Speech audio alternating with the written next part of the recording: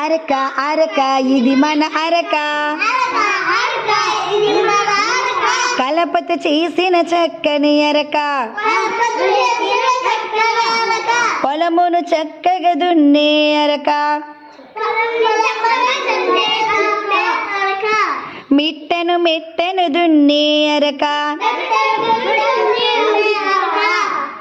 రైతుకు అండగా నిలిచే అరక, అరక అరక ఇది మన అరక. Very good. అరకను దేంతో తయారు చేస్తారు నాన్న? ఎక్కడ ఉపయోగిస్తారు దీన్ని?